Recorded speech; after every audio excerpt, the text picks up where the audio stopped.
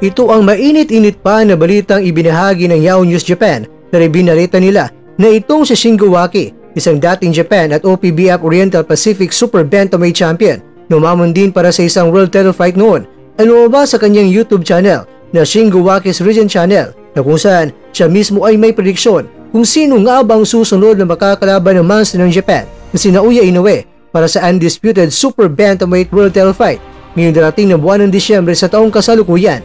Ang kanyang prediksyon ang pipiliin na kalaban ay itong si John Riel Casimero. Ilang target ni Inoue ay harapin ang World Boxing Council at International Boxing Federation World Bantamweight Unified Champion na si Junto Nakatani sa summer. Kaya kinakailangan ni Inoue ng malakas na kalaban bilang tune-up fight niya bago harapin ni Inoue itong si Nakatani.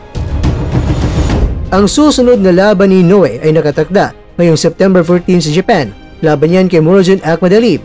Bagamat may planong pagkatapos sa talunin si Akhmadaliev ay akyat si Inoue sa featherweight at lalaban sa Saudi Arabia ngayong darating na buwan ng Disyembre para munin ang World Boxing Association Featherweight World Champion na si Nick Ball. Gayon pa man napabalita ng laban ni Inoue kay Ball ay nakansila na ayon yan sa kababayan ni Inoue na si Waki.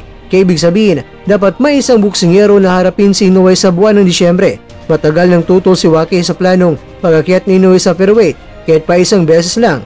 Pagkatapos ay harapin na ni Inoue si Nakatani at bababa siya ng timbang sa Super Bantamweight Division. Gayunpaman, sa pagtingin sa schedule ng mga laban ni Inoue na umantong sa Nakatani fight, ayon kay Waki ay hindi may iwasan na makalaban si Inoue na isa pang boksingero na parte sa kontrata ng Riyadh season kung saan pumirma si Inoue ng 3 taong kontrata na naghalaga ng 3 billion yen noong nakaraang taon.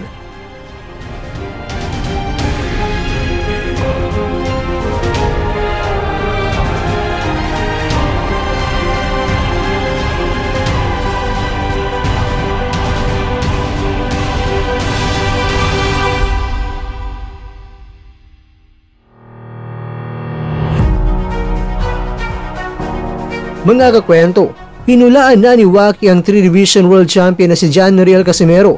Ang kalaban ni Inoue na gaganapin sa Saudi Arabia. Sinabi niya talaga na Casimero, no one else. Ayon kay Waki na may mga usap-usapan daw ng lalabanan ni Casimero ay itong si Nakatani. Ngunit ipinaliwanag ni Waki na kung siya si Casimero, ang pipiliin niya na kakalabanin na itong si Inoue dahil sa malaking fight money. Bagamat may iba pang kandidato tulad ni Alan Picasso at ni Ramon Cadenas. Baka rematch ang tinutukoy nito mga kwento, pero hinulaan ni Waki na ang veteranong strongman na si Casimero raw ang mapipili ng Team Inoue.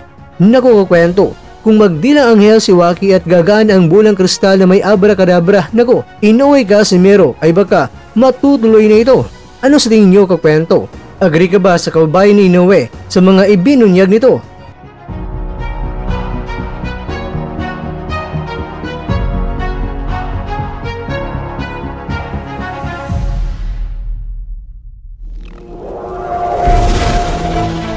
At dyan, nagtatapos ang ating kwento.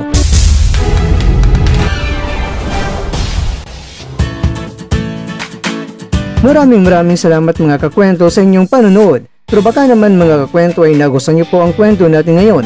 Baka pwede niyo po akong mabigyan dyan ng like, subscribe at pa-click na rin sa bell button.